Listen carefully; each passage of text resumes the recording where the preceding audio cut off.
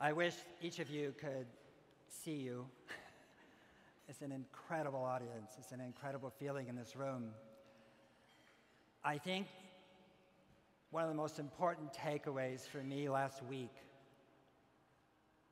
was the realization that the most unrealistic person is not the dreamer, but the cynic, right? Last week, millions of people,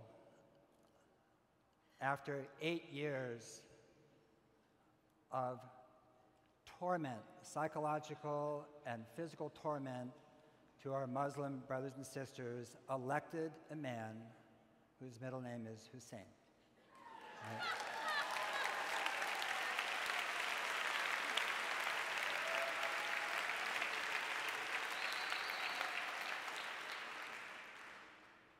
And it's critical for us to understand that that began with one person having a dream. One person. And it's also critical to understand that that one person became 5 million people who, in some way or the other, worked on his behalf to change not only this government, but the possibilities for the whole world. It was very much about civil society. It was about community. When I listened to the soundscape earlier from the rainforests of the Ashwar, I don't know what you experienced, but I didn't experience a place. I experienced a source. It was like I was listening to the source of life. And they say that the dream of every cell is to become 2 cells. And we are life. You are community. This is community. It is defined by our connections and the values we hold and uphold. And it was celebratory to see what happened last week, but the government is not the mothership. This is the mothership, right?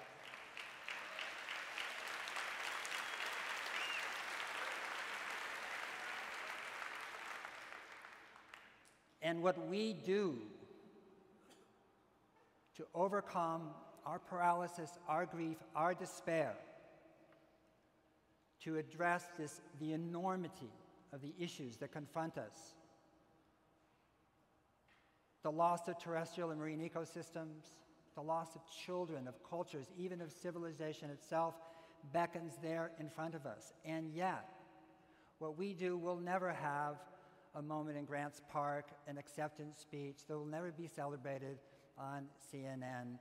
What we are doing is so much deeper, so much more profound. And it has the same mechanism, though, that created the Obama campaign, which is it's a bottom-up phenomenon. This is a world that is being created now from the bottom up. It is not a world being created by privilege.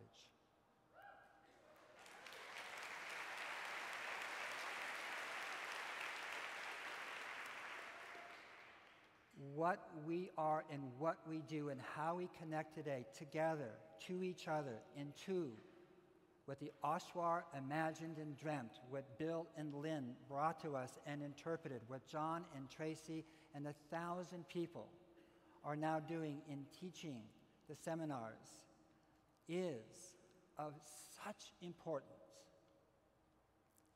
This is embryonic. This is just the beginning. Imagine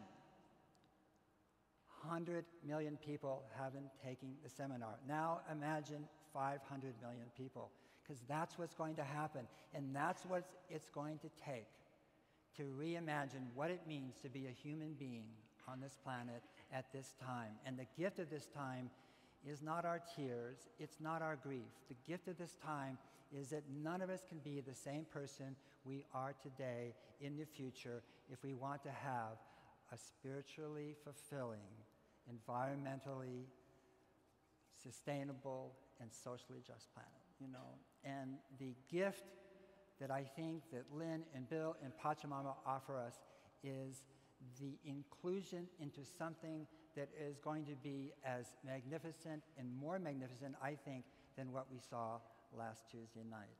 And I want to honor all of you for your work. Every table I glance at and say, oh my God, look who's here.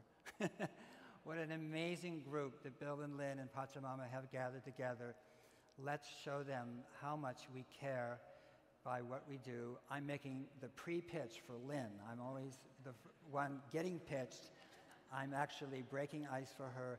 Please, please support this group. I think it's the most important single NGO in the world right now because it's changing the one thing that can change everything, and that's here, our minds and our hearts, right? And that changes everything. Thank you very, very much.